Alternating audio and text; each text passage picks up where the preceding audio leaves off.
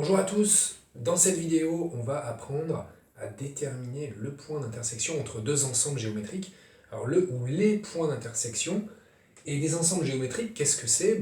Ce sont des ensembles de points comme des droites, des paraboles, des cercles, bref en fait tout un tas de lieux géométriques que vous avez appris à caractériser au cours de vos années au collège et au lycée. Alors, nous, dans cette vidéo-là, on va voir ça sous la forme de trois exemples. On va voir comment on détermine l'éventuel point d'intersection entre deux droites. On va aussi faire un deuxième exemple pour trouver l'éventuelle intersection entre une droite et une parabole. Et puis enfin, entre une droite et un cercle. Mais on va surtout voir, dans un premier temps, que le principe pour rechercher des intersections, c'est toujours le même. Et il doit être bien rédigé.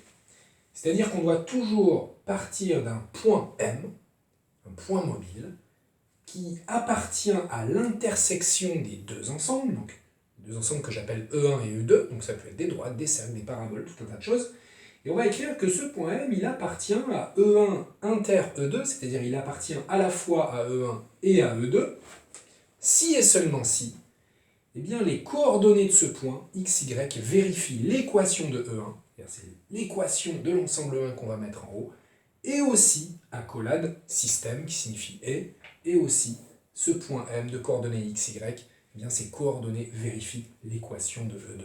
Donc ce sera toujours notre point de départ pour aller chercher des intersections entre deux ensembles, c'est d'écrire cette phrase, et bien sûr de remplacer E1 et E2 par le nom des ensembles, et de remplacer les équations de E1 et E2 par les équations qui sont données dans l'énoncé.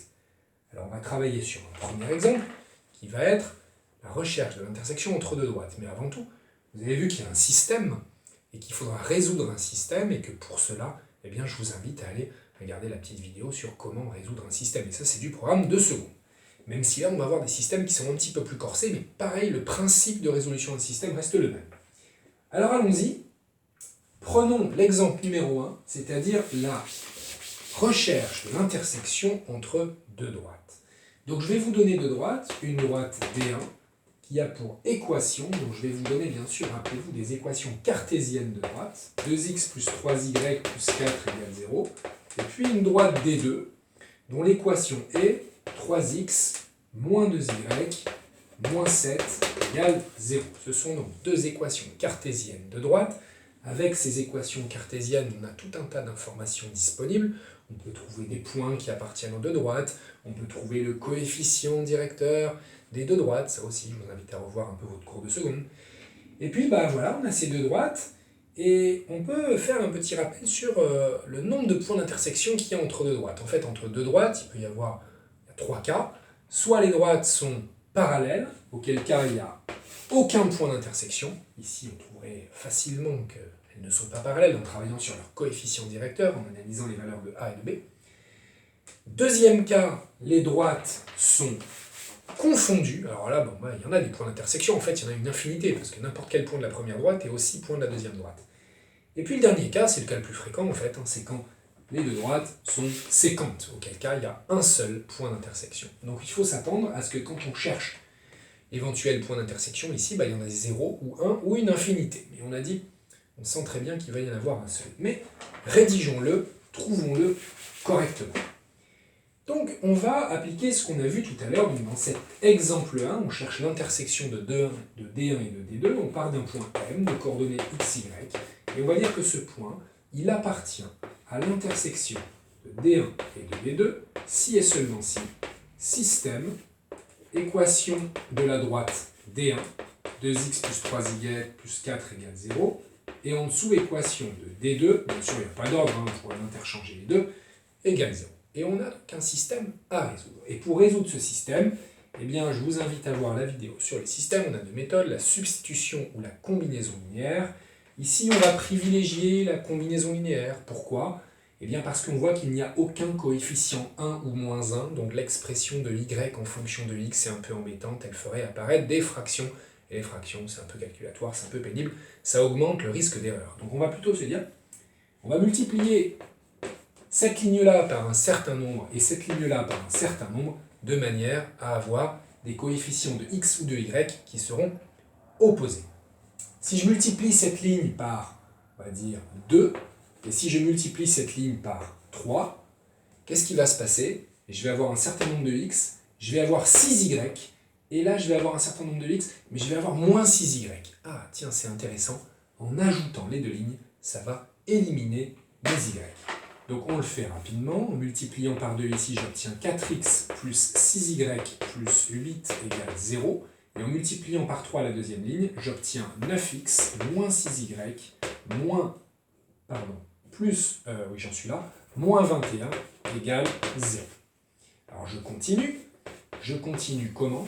Je continue en ajoutant les deux lignes, c'est très malin parce que ça me permet d'éliminer les y. Et donc j'obtiens, en ajoutant les deux lignes, 13x, 4x plus 9x, plus 6y moins 6y, donc 0, plus 8 moins 21 moins 13 égale 0. Et comme je n'ai qu'une seule ligne dans mon système, que je n'aime pas ça et personne n'aime ça, eh bien je recopie une des deux lignes de départ. Donc je choisis celle que je veux, la plus simple, la première, peu importe. 2x plus 3y plus 4 égale 0. La première ligne devient très facile. Mes y ont disparu. Qu'est-ce que je vais faire? Je vais résoudre cette toute petite équation de degré 1 dont l'inconnu est x. Donc je continue ma résolution. Je vais la continuer ici en effaçant les deux premières lignes. Donc bien sûr, continueriez en dessous. Moi, je n'ai plus la place. Il y a donc mes deux lignes qui deviennent 13x égale 13, c'est-à-dire x égale 13 sur 13, c'est-à-dire 1. Et en deuxième ligne, je peux d'ores et déjà remplacer la valeur de x que j'ai trouvée. 2 fois 1 plus 3y plus 4 égale 0. Ce qui va me donner, je recopie mon x égale 1. Et ici, par une petite manipulation assez rapide, 2 fois 1, 2. Donc 3y plus 6 égale 0. 3y égale moins 6, ce qui va me donner y égale moins 2. Et le fait d'avoir conservé mes deux lignes dans mon système me donne instantanément le couple de solutions x égale 1, y égale moins 2. Voilà donc les coordonnées de l'unique point d'intersection qu'il y a entre les deux droites.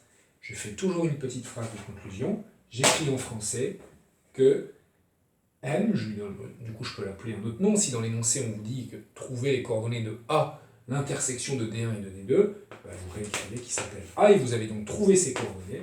A de coordonnées 1, moins 2, est le point d'intersection de D1 et D2.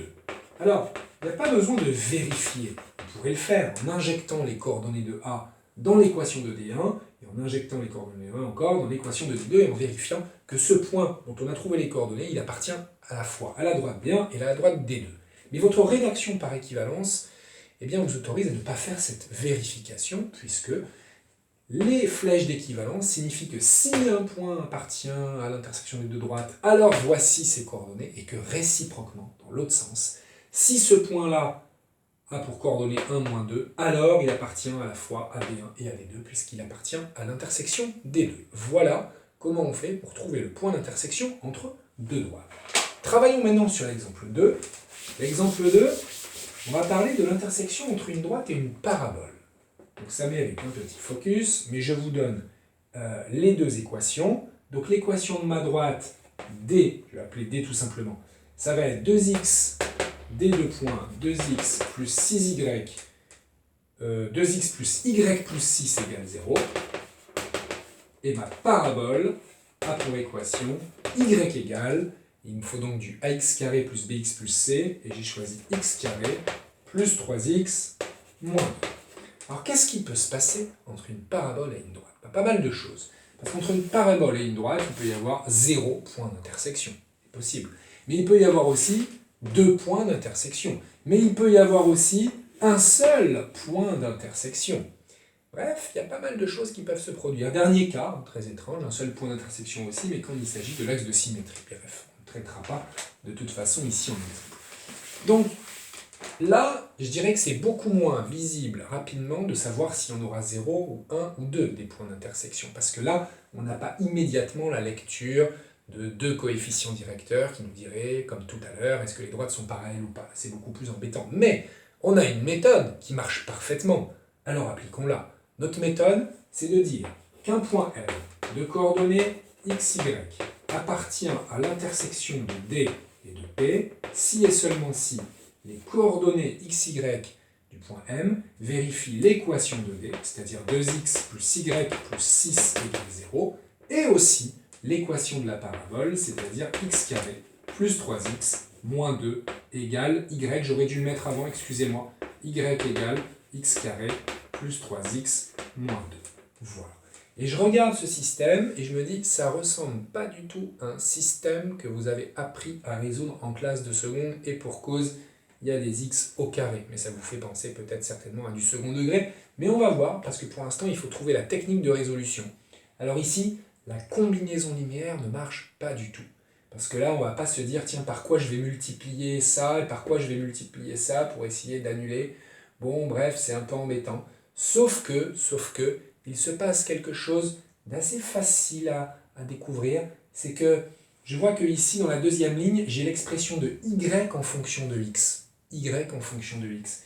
Et que là, dans la première, j'ai y. Alors si je remplaçais ce y par son expression en fonction de x, eh bien, dans cette ligne-là, dans cette équation-là, je n'aurai plus que du x.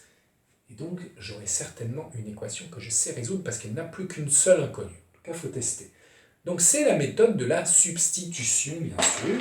C'est-à-dire que je vais remplacer y par son expression en fonction de x. Donc, je le fais proprement. C'est-à-dire que je remplace ça ici en première ligne. 2x plus, parenthèse au cas où, x carré plus 3x moins 2, plus 6 égale 0. Et puis je dois recopier une des deux lignes. Alors je vais bien entendu choisir la ligne qui ne fait pas intervenir de carré, c'est-à-dire peut-être celle-là, 2x plus y plus 6 égale 0, ou alors, c'est vrai que j'aurais pu prendre celle-là, de toute façon peu importe, parce que si j'arrive à trouver x ici, ensuite j'aurai facilement y, donc oui, même, je pense qu'il vaut mieux finalement garder cette ligne-là en deuxième position de mon système. Et puis il faut que je continue, donc je vais essayer de réduire ce que j'obtiens ici. Quand je réduis ça, ça me donne x au carré, plus 5x, j'enlève les parenthèses bien sûr, plus 5x, moins 2 plus 6, c'est-à-dire plus 4, égale 0. Et je recopie ma dernière ligne. La dernière ligne, c'est une équation que je ne sais pas résoudre, bien sûr, il y a deux inconnues, puis de toute façon, elle ne se résout pas pour l'instant. En revanche, la première, c'est une équation qui fait intervenir uniquement la lettre x, et je reconnais bien sûr une équation du second degré. Alors ça mérite une petite pause dans mon raisonnement par équivalence. Cette équation du second degré, je peux lui donner un nom. Je peux l'appeler, je ne sais pas, petit 1, ou E, ou E1, comme vous voulez. Tiens, moi je vais l'appeler petit 1. Et je vais faire une petite pause dans mon raisonnement et tenter de résoudre 1, l'équation 1. Donc, je vais effacer peut-être ce qui est là. Voilà. J'en suis toujours au petit 2, donc je vais laisser toujours que c'est le petit 2. Et puis, je vais écrire « Résolvons l'équation petit 1 ». L'équation petit 1, elle s'écrit comme ça, donc on l'identifie comme étant une équation du second degré, avec a égale 1, b égale 5 et c égale 4. Alors il y a plusieurs techniques, ça c'est la partie équation du second degré, vous pouvez calculer bien sûr un discriminant, avoir ce réflexe, ou chercher une racine évidente si vous avez envie. Il se trouve que par l'une ou l'autre des techniques, tiens, faisons rapidement le delta, même si la racine évidente pourrait marcher un peu plus rapidement, b carré moins 4ac me donnerait 25 moins 4 fois 1, c'est-à-dire moins 4 fois 1 fois 4, c'est-à-dire 9. Et donc j'ai deux solutions à cette équation qui sont x1 égale moins b, c'est-à-dire moins 5, moins racine de 9, c'est-à-dire 3, sur 2a, c'est-à-dire 2, et x2 qui est égal à moins 5 plus 3 sur 2. Donc mon x1 me donne moins 8 sur 2, moins 4, et mon x2 me donne moins 5 plus 3, c'est-à-dire moins 2 sur 2, moins 1. Moins 4 et moins 1 sont les deux solutions de mon équation du second degré qui était celle-ci. Si vous n'avez rien compris à cette partie résolution de l'équation du second degré, allez voir la méthode pour résoudre des équations du second degré, bien sûr. Alors, il faut que je revienne à mon raisonnement qui me permet de trouver l'intersection entre la droite et la parabole. Moi, j'en étais là. Et je viens de trouver toutes les solutions de cette équation petit 1. Ça veut dire que je vais pouvoir remplacer, finalement, cette ligne correspondant à l'équation par les solutions. Pourquoi? Parce que j'ai cette équation si et seulement si x égale x1 ou x égale x2. Donc je vais écrire en première ligne x égale moins 4 ou x égale moins 1. Et en deuxième ligne, je dois bien sûr recopier y égale x carré plus 3x moins 2. On n'y voit pas grand-chose, je suis désolé. À l'intérieur de ce système, donc en première ligne, j'ai un ou. Qu'est-ce que ça signifie? Eh bien, ça signifie que mon système, et là j'efface, on va dire, cette partie-là, mon système avec un ou à l'intérieur peut se transformer en un premier système où je vais prendre x égale moins 4, et ici j'aurai y égale x carré plus 3x moins 2, ou un deuxième système avec x égale moins 1 cette fois, et je recopie bien sûr mon y égale x carré plus 3x moins 2. Alors pourquoi ça? Mais parce que j'avais deux solutions pour x. Donc il va falloir que je comprenne que mon y, je pourrais l'obtenir soit en ayant x égale moins 4, ou alors en ayant x égale moins 1. C'est pour cela qu'un système qui comprend un ou à l'intérieur d'une des lignes peut se transformer par équivalence en deux systèmes séparés par un. Et il me reste donc uniquement, dès lors que j'ai trouvé pour ce premier petit système la valeur de x, à remplacer x par moins 4 dans l'expression de y. Donc je recopie x égale moins 4, et y, ça va me donner moins 4 au carré, plus 3 fois moins 4, moins 2. Ou, et je prépare le terrain pour l'autre, pour x égale moins 1, j'obtiendrai y égale moins 1 au carré, plus 3 fois moins 1, moins 2. Moins 4 au carré, ça fait 16. 16 moins 12, ça fait 4, moins 2, ça fait 2. Et ici, moins 1 au carré, 1. 1 moins 3, moins 2, moins 2, moins 4. Y égale moins 4. Alors regardez bien ce qu'on a trouvé. Eh bien, nos deux couples de solutions, regardez un premier couple de solutions qui est x égale moins 4, y égale 2. Et ici, x égale moins 1, y égale moins 4. Alors, qu'est-ce que ça signifie par rapport à notre problématique initiale? Eh bien, comme on a trouvé deux couples de solutions, ça veut dire qu'on a deux points d'intersection. Et on va écrire une petite phrase de conclusion. Notre phrase de conclusion va être la suivante. On peut donner des noms aux deux points. Le point A de coordonnées moins 4, 2, et le point B de coordonnées moins 1, moins 4, sont les deux points d'intersection.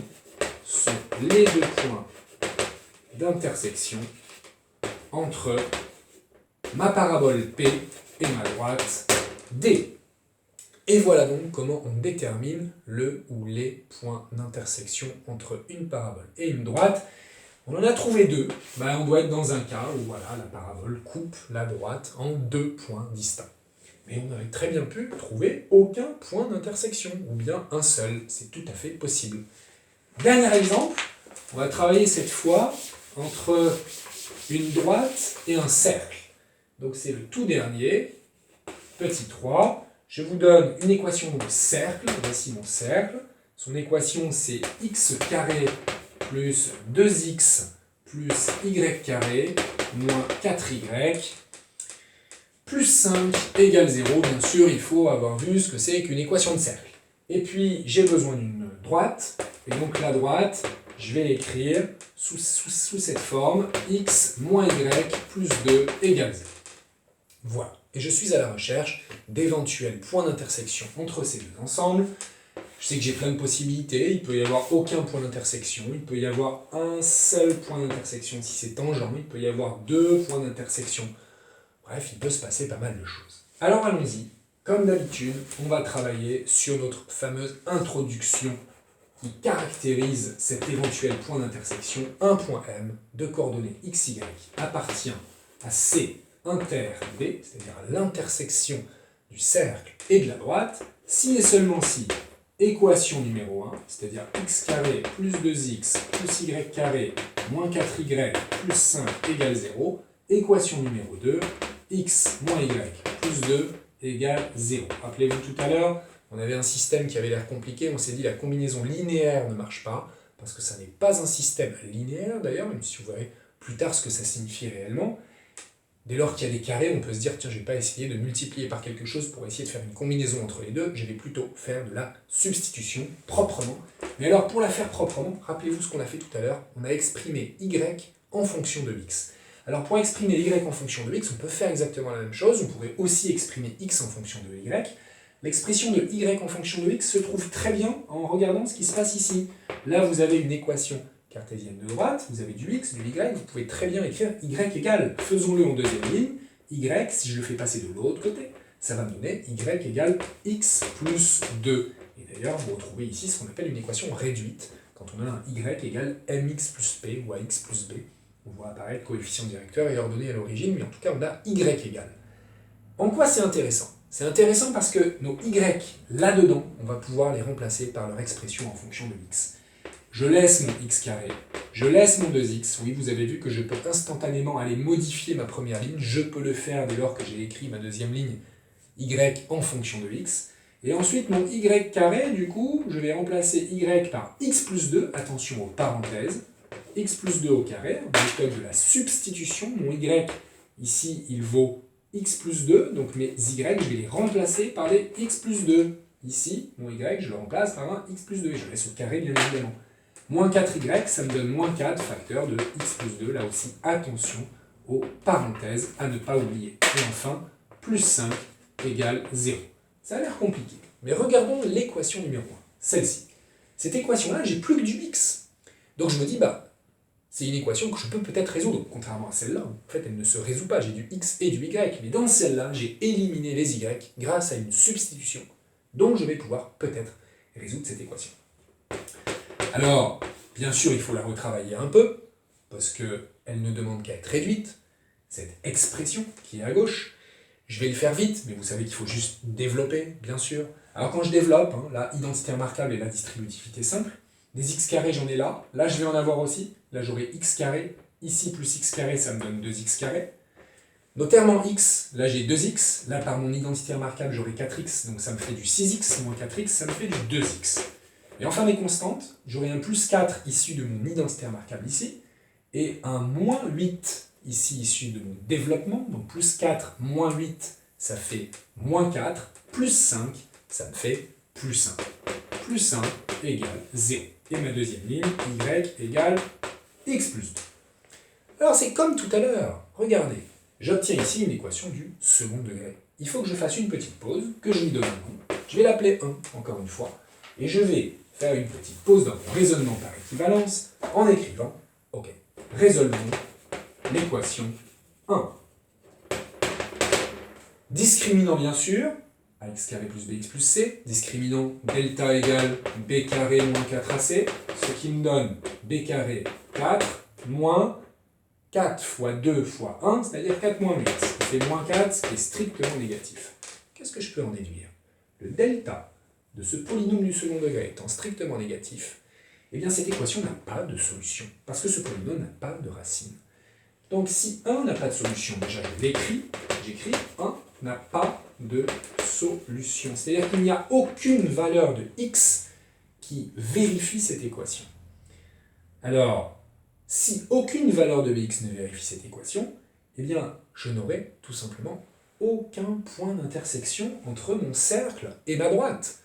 La résolution du système s'arrête là. Pas de solution pour celle-ci, rien à faire pour celle-là. Donc, qu'est-ce que j'écris en conclusion? J'écris donc C et D. C et D n'ont aucun point d'intersection. La résolution du système, on aurait pu conclure, aurait été S égale ensemble vide, bien sûr. Mais en termes de réponse à la question initiale, qui était une question de type géométrique, c'est quoi l'intersection entre le cercle et la droite? La réponse est il n'y a pas d'intersection. Voilà, tout simplement.